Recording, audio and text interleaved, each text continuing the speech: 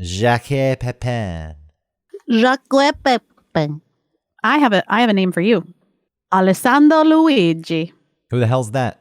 He says, "How are you? My name is Alessandro Luigi. Your profile on the LinkedIn was displayed among a people I may know, and you look familiar.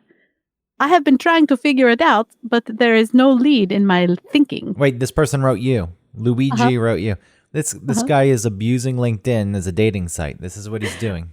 Does my name ring a bell to you? I will send my picture to you in my next email. Let's check if you could figure it out, or alternatively, we could meet up for a cup of coffee or lunch. What do you say? I am excited waiting for your returned email. And then NB, you are indeed a beautiful woman. I am interested to figure this out, please. Luigi. But Alessandro Luigi. I would like to figure this out. I would like to. And then what's NB mean? Non-business? NB. N/B. My silence is my inability to come up with something quick. You are indeed a beautiful woman. That's what I was... I am interested to figure this out, please. I was trying to think of something, but that was good insight into how quick I really am mentally. Not very fast. NB means... Nut butter. Yeah. Yeah.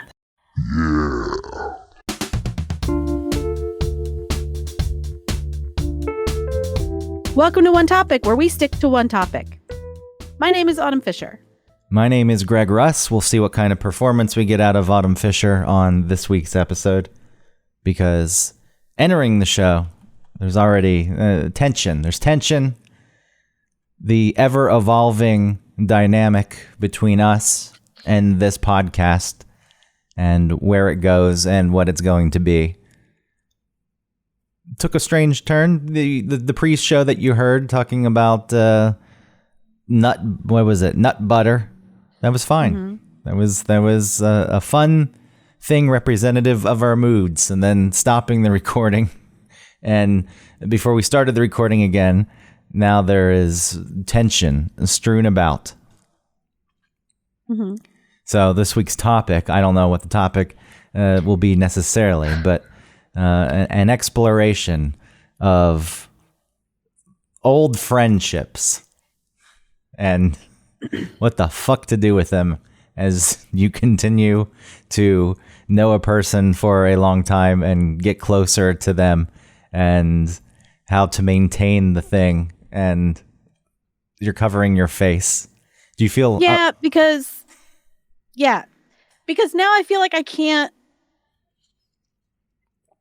Now I feel like I can't cry on another fucking episode of this stupid show. If that's... Now I feel like we can't do this way because it's about... I can't. You've got to cut this part out of me crying. Okay? For real. Mark, this time you can't.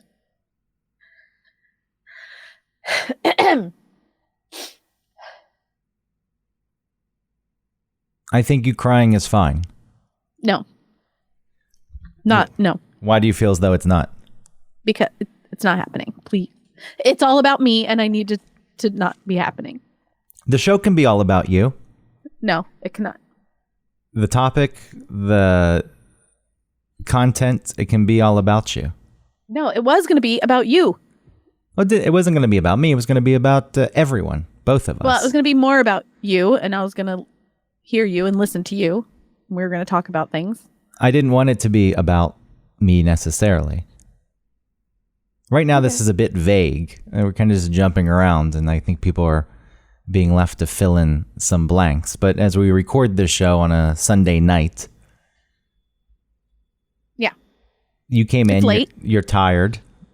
You've had a long day with the kids, and you just want to knock the show out. You said, "Let's do this. I need to go to sleep." Yeah. And I understand the day itself. I can understand how that's tiring. You were out. You were running around. Doing the show late at night on a Sunday in general is probably not the best way to do this, and we should probably find a different day to record. Mm-hmm. And then I know what's been going on in your life overall, and I'm sure that you're tired. I'm sure that you're run down. But I felt as though you're like, come on, let's go. It's like, hey, I thought we were having some fun. Yeah, we were. And then it was like the show between the opening thing that we do and then the actual beginning of the show that I just wanted to like cut off a little bit so that we could start, so that we could record and get done. Because I was playing you a burp that I had recorded. I was playing it backwards. That was before. I was playing it in slow motion, and then it was, hey, let's go. Come on, chop chop. Let's get this out of the way. It's like, okay, hey, hello. And it was a bit dismissive, and then it made me just think about what our dynamic has been like over the past several months. I was like, all right. It's. I didn't say chop chop, and I It's wasn't like.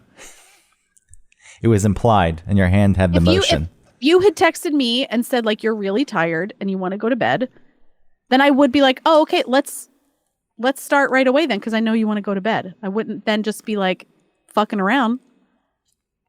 And then when I say something about it, then you tell me that I'm basically selfish and it's all about me. I made the comment that I reacted to your, come on, let's go, with more depth and feeling than the situation on the surface level should have pulled out of me, called for, because it was representative of the bigger picture. And I had one offhand comment where I said... That had meaning. It doesn't matter if it's offhand. It's rooted in something else that made me feel shitty. And it's not like you can never make me feel shitty, but it also is something like, I don't know. It's all about, see now, so I feel like I'm painted into a corner where I don't get to now say my own feelings because then it's all about me. I think you're misunderstanding what I meant when I said it was all about you. I feel as though quite often trying to record this podcast specifically, but also navigate our friendship, that it's mostly been me thinking about and bending in ways that best fit the things that you need. And I never made that a rule or required that. No, I just felt as though in order to hold this together, that's what needed to be done. And I felt alone in doing that. I was like, okay, these are the things that need to be done. And right now, I don't have her. And I feel like you're misunderstanding is the content. And if you want to talk about what you're feeling, or, the past couple episodes where we listened to music or we talked about the bad night that you had, that in itself, that doesn't bother me. I'm happy to talk about these things. So you expressing the things, you're not painted into a corner. You expressing the things that you're feeling is not the same as the comment I made about it being, tied to you and the things that you need. I only say that because you said that.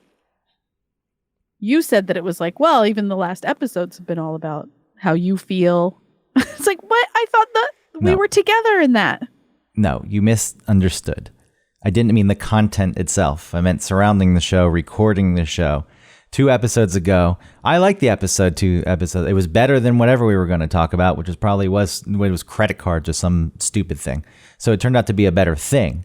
But it was, you went out drinking and weren't in the right mind space for that and said, okay, let's just do this. But it was shaped around you. I could have done it. I didn't ask you to do that. Fine. But so again, I'm not asking for that. And then last week's show was a thing that was sprung on me. It was like, hey, what's it going to be about? I was like, wait until we start recording and then I'll tell you. And then I had to react on, and I was happy to, there's no see, if anyone's painted into a corner, I feel like it's me that's been painted into a corner.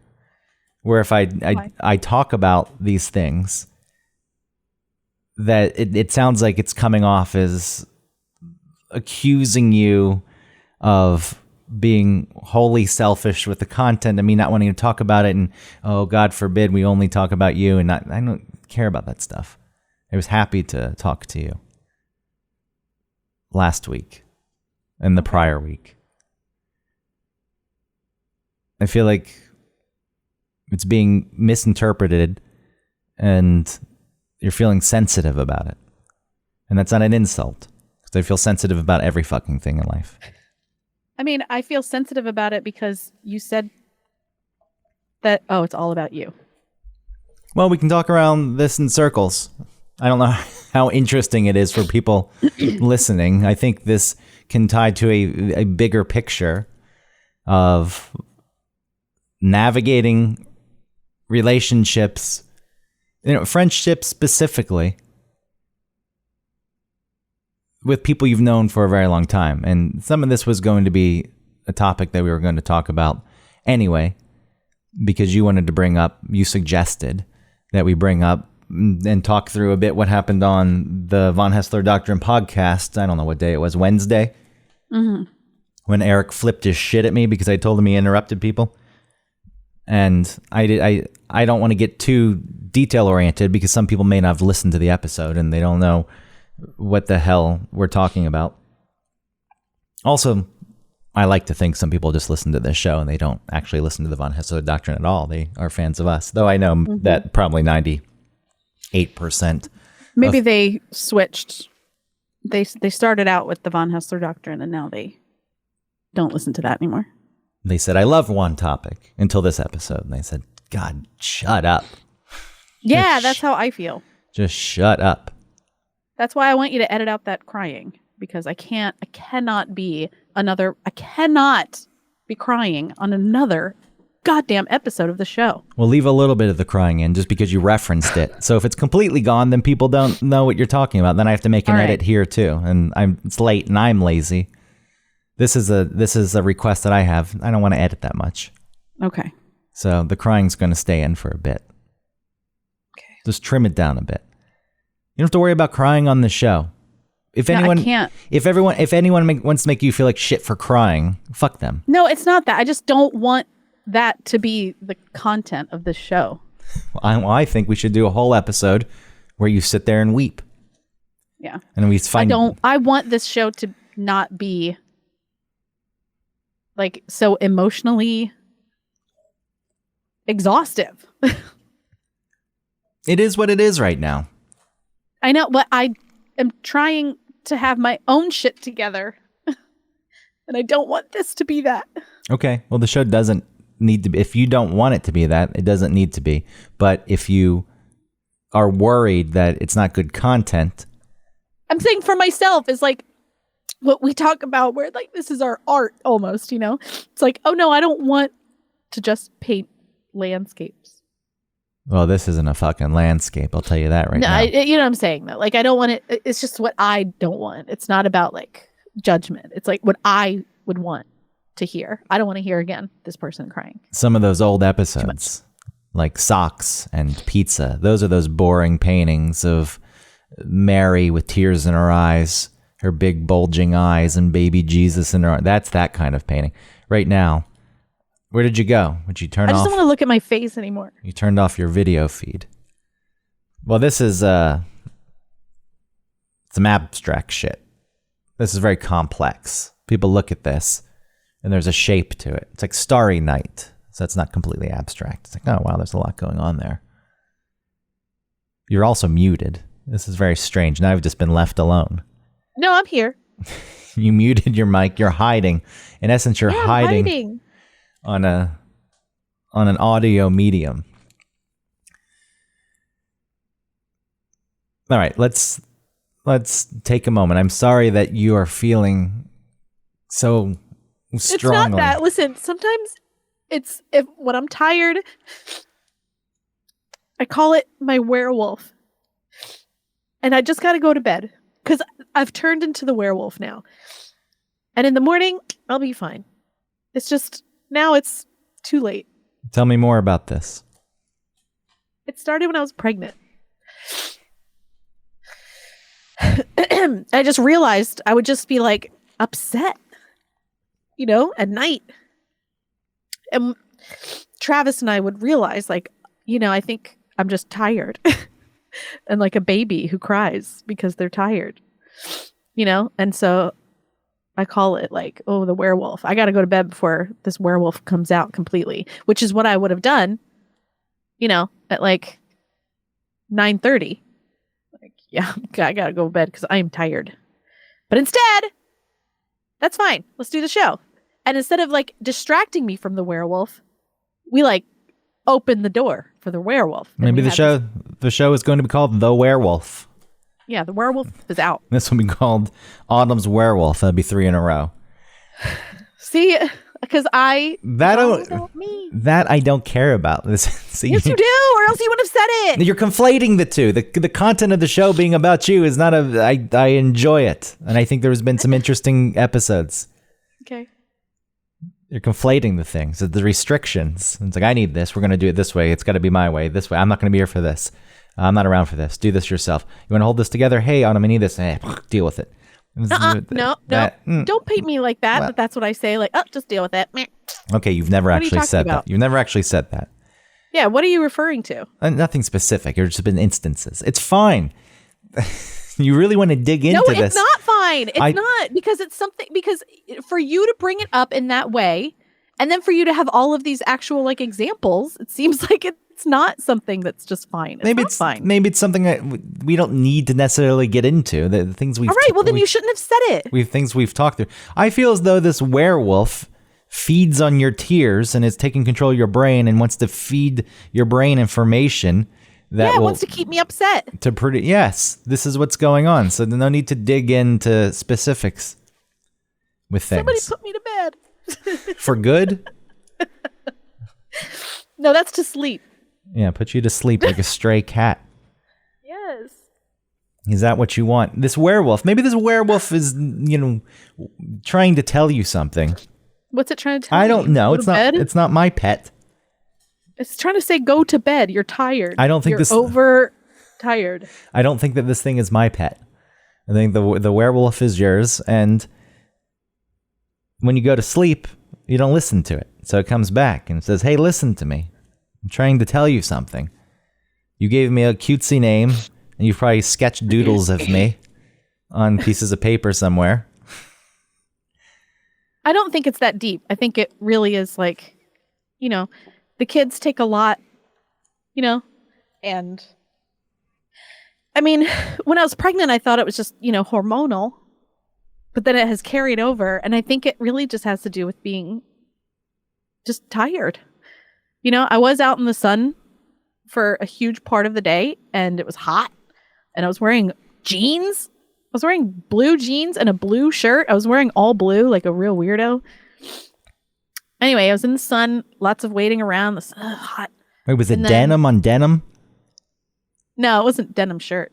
So it was a blue shirt with denim. It's fine.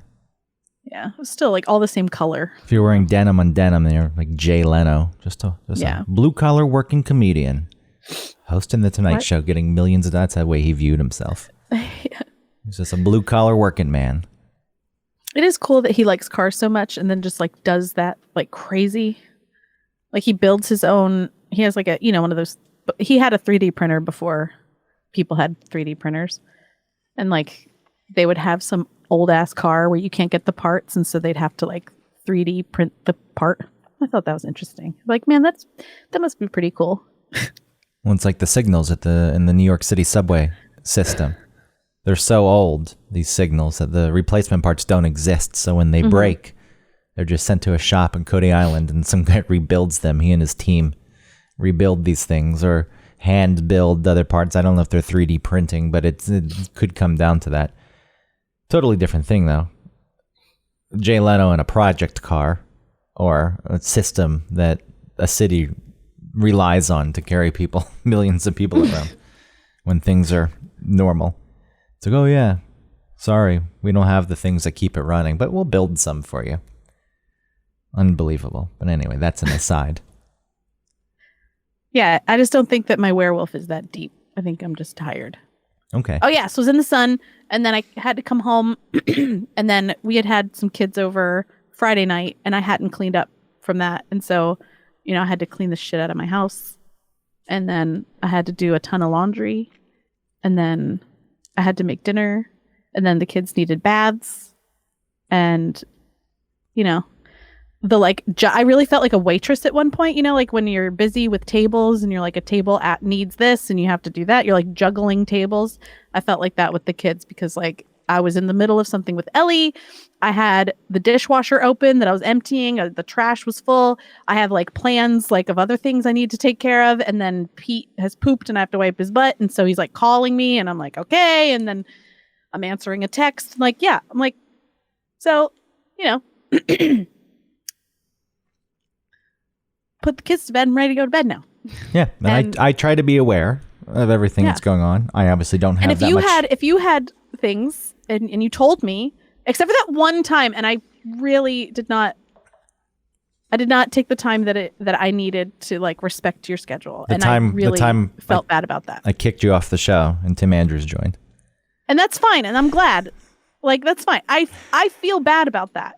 That was not cool. Okay. No, it's all right. I understood. I was like, man, that was really shitty. I really disrespected like his schedule. And when he told me that, outside of that, I'm not trying to make it about me or around my schedule. It seems like you offer it and say like, yep, Sunday. And I'm like, yeah, Sunday. Great. All right, we'll change the day. Look, we have a long storied history at this point. Mm-hmm. It's already on that path a bit, but really threw it into overdrive. And comments like that come out don't also necessarily have to do with the podcast only. It can branch out the tentacles and I was getting a divorce and I needed this doesn't stop. I don't care. I don't even want to talk about any of this. Yeah. Well, that's what you're referring to. I'm not referring to anything. All I'm trying to say is sometimes offhand comments are going to be made, and then it wasn't even that bad of a comment, and then I apologized for it and I explained where it came from, and I don't feel a need to talk about it. And then when the explanation of where it came from hurt me even more. Well, you forced the explanation. I want to know where this came from. Maybe that's Werewolf. I don't know. That's the wolf who wants those salty tears. Look, a lot of this is my own shit, and I've navigated it. And I continue to navigate it. It's another an ongoing point that you made was you navigated it alone. It's a lot of it had to be navigated alone, but I think that there were times. But again, another thing at me saying like, and you weren't there for that. You're taking a lot of this. Those are the things that you said. They were not said with such weight or disdain or any such venom. Okay. I feel as though you're taking a cotton ball and gluing fangs to it, and then driving the cotton balls with the glued fangs on it into your arm and saying, look what you did. Look what you did. Because you described the fangs and then described it biting my arm. You're taking this. It's exhausting. I'm sorry if I'm taking it. Listen, I'm sorry if I'm taking it. You're harboring whatever feelings you're carrying around with you, and obviously... Well, because I feel guilty for being selfish for so long. Okay. I'm not holding that against you. If I did... But in times like that, it does feel like, oh, he is holding it against me. Sometimes you just get tired. I like driving a car. But then sometimes I sit in traffic and I say, fuck this. But I still enjoy driving the car. If traffic bothered me that much, I wouldn't drive the car. Same done. So it's the same thing. Yeah. You're taking this to an extreme. Whatever you're married. What, this? Yeah, this is like fights that married people have. Well, this is a thing that you consider this a fight. If this is a fight, this is a normal conversation that people, and what I wanted to talk about, and you know, when you have friendships with people, you've known people a long time, and the thing with Eric that happened on the podcast the other day where I said something and he completely ignored it and continued on. Whatever the fuck I was talking about, something like a credit report, I didn't give a shit. It wasn't that important. Yeah. But I reacted because it was just another instance of the same thing happening, and it was representative, similar to my comment here. It was reactionary because it was representative of something bigger, though it's something that, you know, I haven't had any discussions with Eric over. I don't ever talk to Eric about anything at this point. And that bothered me. I think overall, the fact it's almost impossible to get him to have a conversation with you, leading the only small conversations you have to happen on the air. And then when on the air, they're not happening because he's ignoring you. It's like, hey, fuck this. We thought we were friends. We were good friends. But to me, it's similar to childhood friends. Oh, I'm friends with that person. Why? Because we were 5 years old together and we knew each other until we graduated high school and moved out of our parents' houses. That's a valid reason for a friendship. But once you move out of the house, chances are you're going to drift apart. Maybe every once in a while you check in and you say, hey, how's it going? Yeah, there's a bond there, but there's nothing active. And the friendship that I forged with Eric, and around the same time you and I became friends, it was very active. And, there was a connection on a deeper level because you're older at that point. You're not just playing in a sandbox, getting hoof and mouth disease or sand mites. Mm-hmm. And Ringworm. so that will carry you, and that can carry you for a bit. Planter's warts. And the fact that we're still doing the show, I think, presents as an illusion. It's like the friendship itself. It's like, is it a real friendship? It's a friendship. Is it an active one? No, it's dormant. And to me, it doesn't hold as much value or meaning when there's no effort put into it. So I think that your definition of, what a friendship has changed. And I think for a long time it jived with Eric's because you were in that place where you didn't, express actual needs. And he was like, great, because I don't really tune into other people's needs. So perfect. Which is fine if you're around each other or you have conversations. You don't need to, there still just needs to be some kind of effort put into it. Where I'm having conversations, we're talking about things, anything, common interest, whatever the fuck it is. I don't know, but that doesn't happen. It's impossible to happen. And so when discussions... now you need things. Yeah, well, when things pop up and things go awry a bit or tempers flare or things are stirred, having a conversation about it to me is not a fight. Like the fact you think this is a fight or whatever has been going on is a fight. It's like, I don't know. It's just a normal thing. Really? Yeah, I think every once in a while people having real conversations because feelings are hurt is a normal thing. And if you're not having those, you're avoiding them. And then what the fuck do you have? Yeah, well, that was me. And you're still uncomfortable with it. And the fact that this is a fight is a fight. A fight. I hate fighting. I've been in fights. Fights are shit. They're not constructive. This feels like a fight. No, a fight to me is not constructive. A fight devolves into, okay, you said something, I'm pissed, I'm going to say something back to you.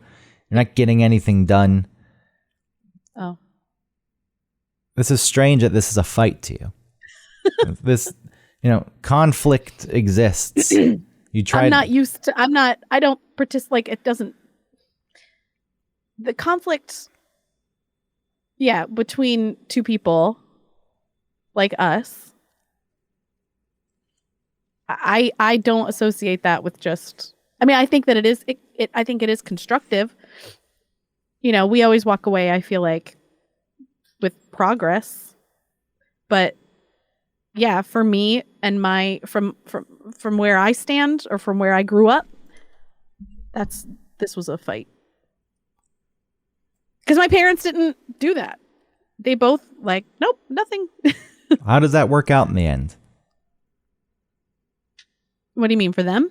Just in general. It doesn't have to be specifically about them, but two people who spend that much time together but don't actually express anything that's on their minds out of fear of whatever uncomfortable Little feelings things come up, but it's quickly it's quickly sort of squashed. It doesn't get you anywhere you want to go. Mm-mm. It doesn't. When it gets somewhere difficult, it takes work to get there. It's just uncomfortable, though. Most things are uncomfortable. Life. I know it's a throwaway statement. Life is uncomfortable, listen, the elements are uncomfortable and have been avoided for a long, long time. So, things again. They're messy because even me making that comment about it being about you and on your schedule and your terms, I also am fully capable of thinking about you and what's going on in your life and where you are right now and the things you've been going through. And I can factor that in. And I do factor that in. And that's why you're like, I'm just the most selfish person in the world. It's like, okay, enjoy the fucking pity party. With the, No, I didn't say that. Well, you said that I'm so selfish. You made the comment on the recording. I'm so selfish.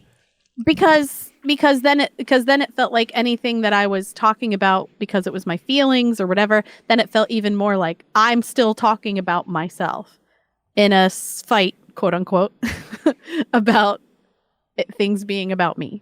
You know what I mean? So when we talked about like being painted into a corner, that's how I felt. Like I wasn't put into a position where like now I can talk about how I feel in a fight where I feel criticized for it being about me. It's very black and white thinking. And I'm not saying that people wouldn't use it against you. Some people probably would. And then you bring that up and you're like, see, you're illustrating my point. Exactly. I can make that comment, but also draw the distinction. She's not doing it on purpose. You are a selfish person. You can be. You get caught up in your head. You're trying to navigate things. It's not coming from a place of malice. And that's a big difference. I am a self-centered person. I am an only child. Sure, I'm a self-centered person. I'm not an only child. I mean, you can use that as part of the reasoning if you like, and I know that there is something to be said about children who are only. But, you know, me being neurotic, quite often things become centered around me, but I'm not doing it. It's a strange backwards thing because I'm trying to think of other people and how my But it's because presence, you want to be considered the same way you think of others. Yeah, my presence, how it could influence them or impact them or change. And then, you know, just thinking about yourself at that point. Yeah. So just because you're a selfish person, which don't take that to mean, you know, you're a totally selfish person.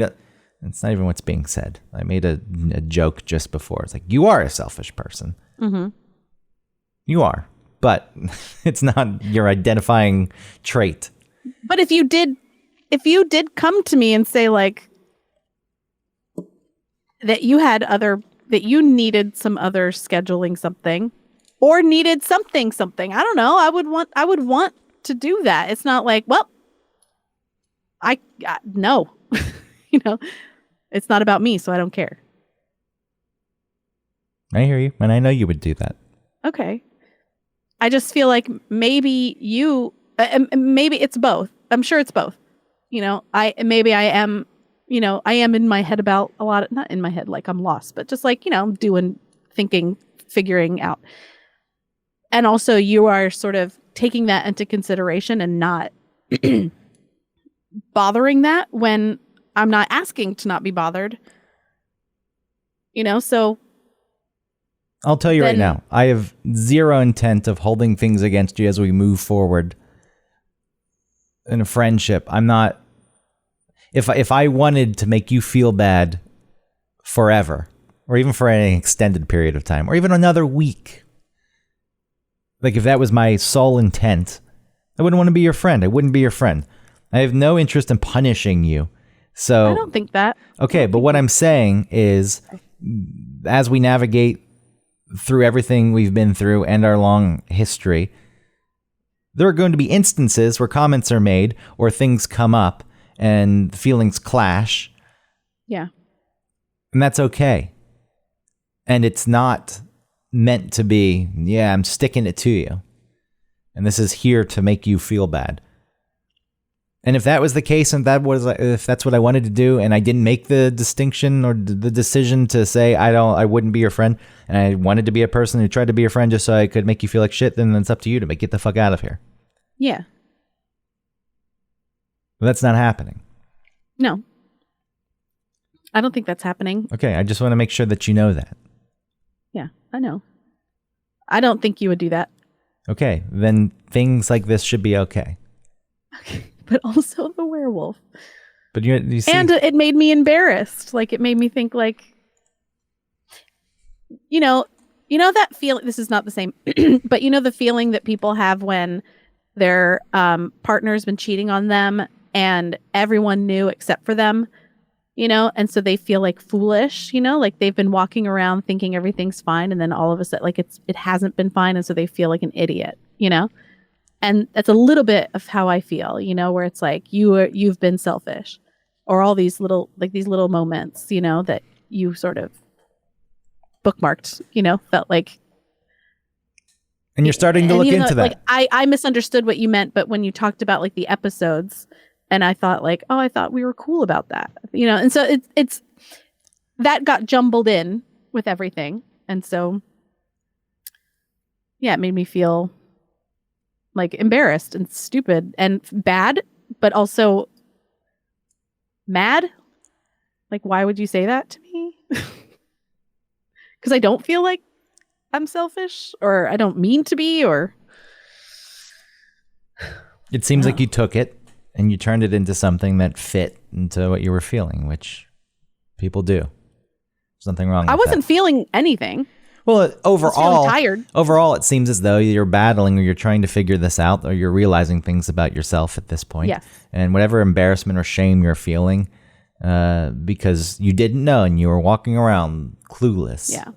Fine. You are working on it now, and you're trying to understand it now. And, I think last week's episode, I know that was hard for you. And you felt as though that was a real low point. And I know there was embarrassment and shame around that. But, talking about it, everyone's been there. Everyone's been in a spot like that. I'm have a way better perspective of that now. Just in that moment, that's how I felt. And it's okay to have been there, is the point I'm making. Yeah. Mm-hmm. You can say, how the fuck did I get here? But it's fine that you were there. Yeah. We've all had moments like that. And, some people get it more than others. I feel like some people want to pretend that they've never been in a spot like that. Or, I don't know. Or they might hear it and think like, yeah, we've all done it. Like, isn't that funny? Like, what a funny thing. And maybe in another headspace, I would have thought that was funny. At some point, but I did not feel like it was funny. At some point, you may think it's or even funny. now, I don't think it's that funny. It seems like really pathetic. No, but there was reaction. People were, caring towards you. Yes, caring. I don't want to say fully worried. Maybe some people were worried, but overall. Yeah. How are you doing with that? Better. But I have the kids right now. So like last week I was sort of, like depressurizing, I feel like, from everything, from me and Travis, from me and you. And then this like little thing that doesn't need to be this big, but felt bigger because it really was probably like, oh, now you're alone, and, the kids are a good distraction. I think that they came at the right time. Like I was glad that I had the week off to, like I said, depressurize or something. And then I think it'll just be like, okay. And then next week, what will that be like, when you're alone again, and how I deal with that. And it's a good opportunity for you to work through the discomfort of you being alone. I'll pose this question. Are you more alone sitting at home? And I know you went out and hung out with friends last week too when you didn't have the kids, but the night that you didn't, if you're sitting there and alone, are you more alone that night, or the night you're at this party getting drunk, not knowing why you're there, kind of lost in yourself and your motivations? Which is more alone, really? Yeah, I understand what you're saying. But yeah, I felt, I don't know. I think it was, even though I wish I hadn't done it, like it was kind of good, like I need to, maybe I'm like I'm a baby at being single. And so now I'm doing the dumb things that like dumb girls do, Possibly. Yeah. So I'm making those like kid mistakes now. So I don't feel, it's hard for me to be alone, and like, I think I texted you, I'm like, I'm just killing time until it's time for bed. Like, this is what most people do. Yeah. You realize this sucks. Yeah. Yeah. Life for the most part is boring, You're just passing time. You're just passing the time. I don't want to just do that. That's why you have to find things that are meaningful to you and fulfilling to you. Yeah. You're still just passing the time, but then you're getting more out of it. Yeah. Than So I don't know. I don't know what phone. I mean, I've been drawing and, whatever, but yeah, I need something else too. Because I feel like next week I'm going to just just keep scrolling on Netflix or Hulu and just looking and looking, thinking oh yeah, Pretty in Pink. I could watch that, I guess. Mm-hmm. Even if you just watch things you haven't watched before. If I did. I watched Parasite. What'd you think?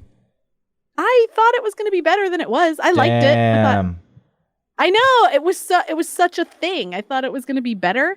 I thought it was interesting, but I kind of it wasn't predictable, but I don't know. I wasn't shocked about what happened. I was like, oh, okay. That's happening now. Got it. Get it. I get it. It required you to read. That's why you didn't like it. Oh, how often are we looking away from the screen? I don't mind subtitles. I keep subtitles on my TV in English. Sure, but how often are you looking away, looking at your phone, missing lines? Oh, I did that twice. I was whoa. Go back. Because now I check my phone and I don't get any texts. So sad. I know. It's just the norm. I'm just not used to normal. Like what you said, where it's that's what people do. It's just finding ways within that. So it's. Or this isn't a fight. You're it's not? This is normal? Okay. It's weird. I think talking through things, real common feelings that people have, conflict. Yeah. It makes me feel like I want to cut that out of my life. I don't want to have that feeling. You can't avoid conflict. There's internal conflict all the time. Do you not have conflict with yourself? Yeah, but that's different. It's not. It's no different. And it feels different because when I'm feeling this way with you, it's it's not just that this is happening. It's also I'm having this with you, who I don't want to have this with. I don't want to be having this type of thing with. I want, and I don't like that it's happening at all. And then I'm mad at you for making me feel that way. Well, any relationship that is more than kiddie pool deep is going to, and worthwhile, is going to have conflict, because by nature, if you, no matter what the relationship is, romantic, friendship, if it's something that's meaningful and you're thinking about the other person because you care about the other person, you do think about them and their being and their feelings, but inherently we're selfish creatures because we're just stuck in our own heads. So your needs and your feelings are always there and always with you. And the two things are going to butt up against each other. I would argue that conflict comes up more often in relationships that are more authentic and real and open than ones that aren't, because of that just inherent built-in conflict. If you're trying to think of another person and balance it with your own need, there's a lot at play. And it's impossible to avoid it. And that's why, to me, it's not a fight. It's this is actually very normal. Conflict in itself doesn't need to be bad. It's what people do when conflict arises. If you become completely selfish at that point, or completely selfless at that point, neither is good. Right. Yeah. And if you're just out to hurt someone or make someone cry or whatever it is, if you're trying to drive home some point that serves no real purpose other than to say, I won, or I got the best of you. I've never been like that. Even within the conflict that I have had, it's never been about, it never purposefully to be about winning. Some people do that. Yeah. You didn't do that. That's fine. Yeah. But you're still avoiding it. Yeah. For whatever reason. I'm mad that it's happening. And what's the fear? The fear is I shouldn't be feeling this with this person. This person shouldn't make me feel like that. What is it? It's you don't like the negative feelings that come with it. They make you feel bad. You don't like that. I don't know if there's a fear on your end, I think for a long time there was a fear. It's like, if I put a person in a position where they feel that way, they're going to leave. Why would they want to be around for this? It's like zero trust in the other person to also, I think. No, I'm a selfish person. So like, I'm like, how dare you make me feel my feelings? Yeah. It's not about you leaving. It's about. Honestly, I think a difficult thing with you is knowing that. It's like, oh, she doesn't know what to do with these uncomfortable feelings. So if I put her in a position where these are stirred, maybe she would leave. I'm like, I don't want anything to do with this, and you disappear. Mm-hmm. And that's valid.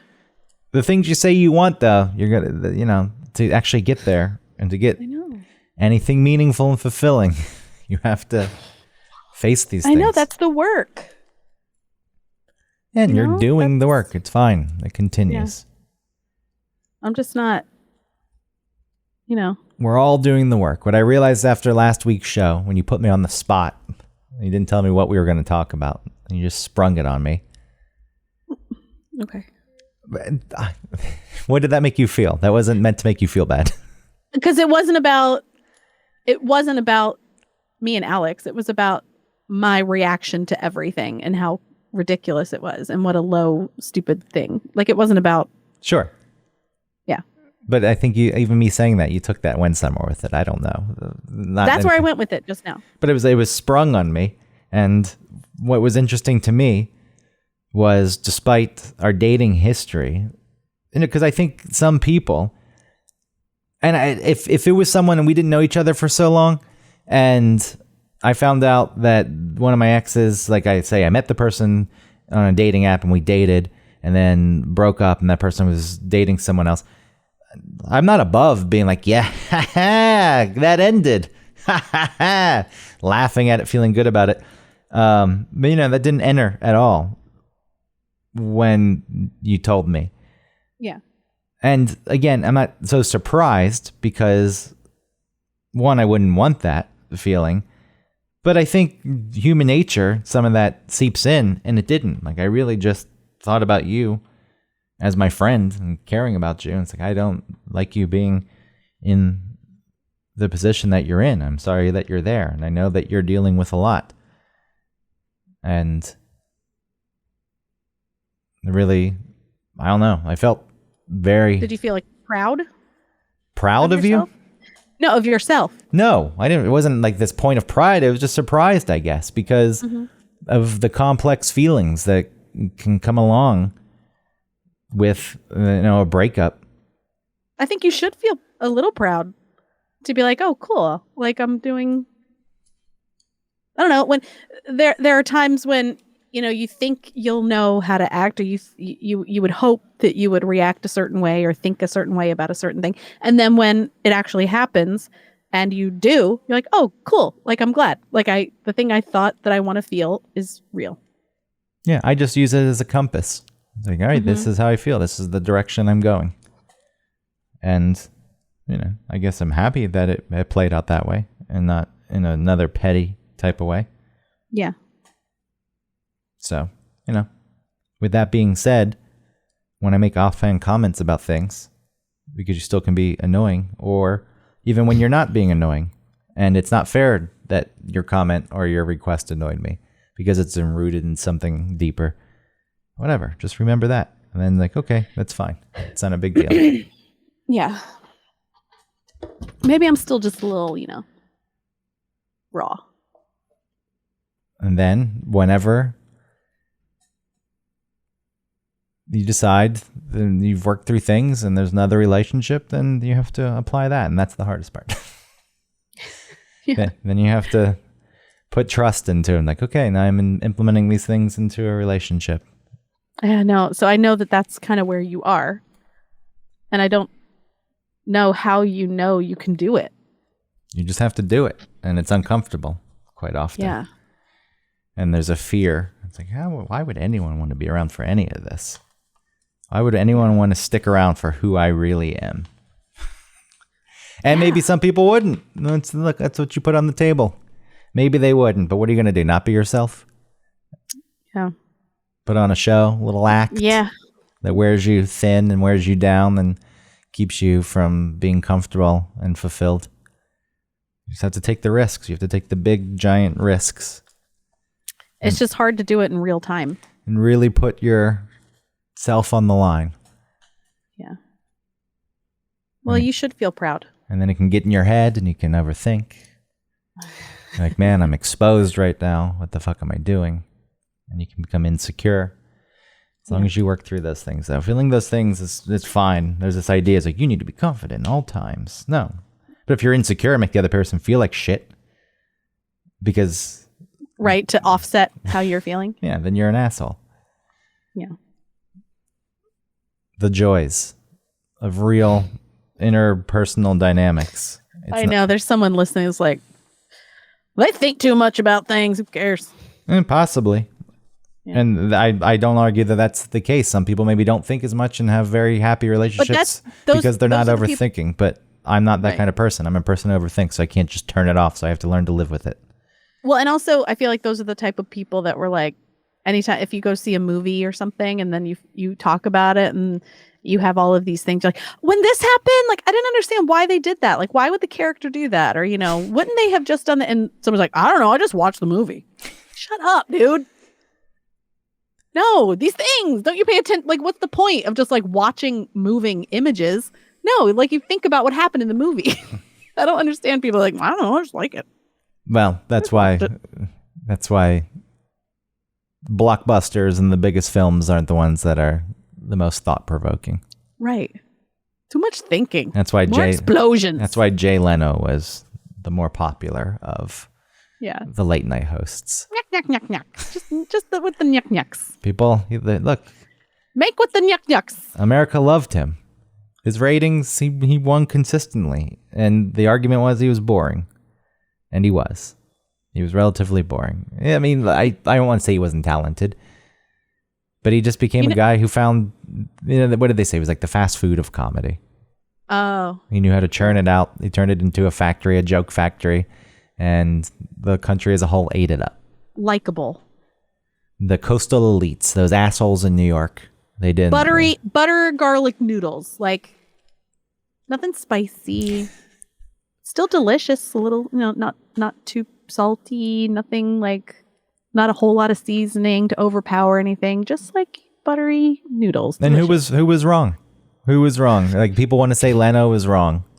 No, I mean, depending on the angle you look at it from, if the job is to get ratings and appeal to most of the country, he did it better than anyone else.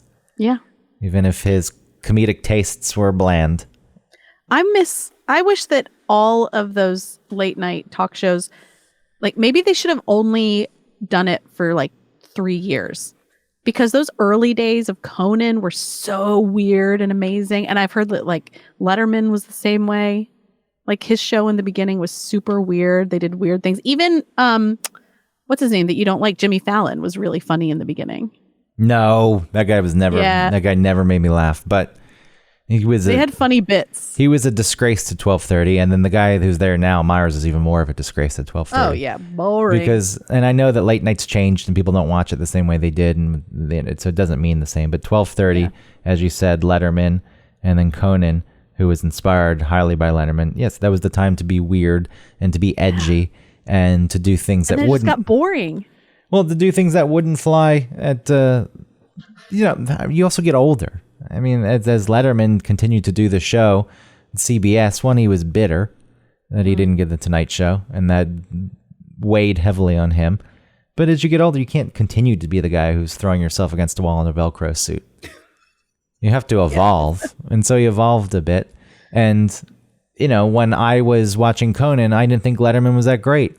I can appreciate what he did now more as I was older, as I'm a little older. But by the time we were seeing Letterman, I feel like he wasn't as interesting.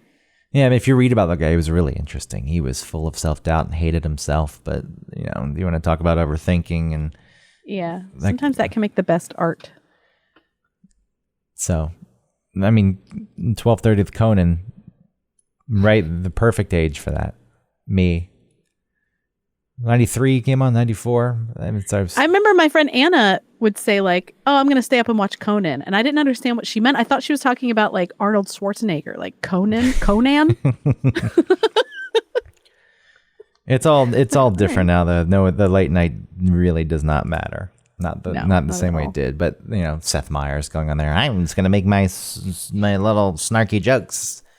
I never thought the Daily Show was anything to write home about. Well, the Daily Show is fine in the sense that that's what it was supposed to be, and that the 12:30 slot after this night show is like get out there and experiment and do strange things. But that was part of the problem. Why they said Conan didn't work at 11:30. He just didn't broaden his horizons enough, and people thought he was too weird. Those middle America folk. Lame. They wanted their buttered noodles. Morons. Yeah. So stop having your buttered noodle relationships. Yeah, definitely. You're right. Crying is fine. I know some asshole somewhere like, shut up, you're crying too much. Well, I feel like there's too much crying. Well, that's not the person who would listen to the show with any real interest anyway. Yeah. I mean, crying is my default, so it just is what happens. That's fine. It's a normal reaction to things. Yeah, all right. Greg, I'm sorry if I overreacted. Yep. I forgive you. Thanks for listening. On topic, like and subscribe, rate and review, hot sauce, hotandpepper.com, on topic 50% off.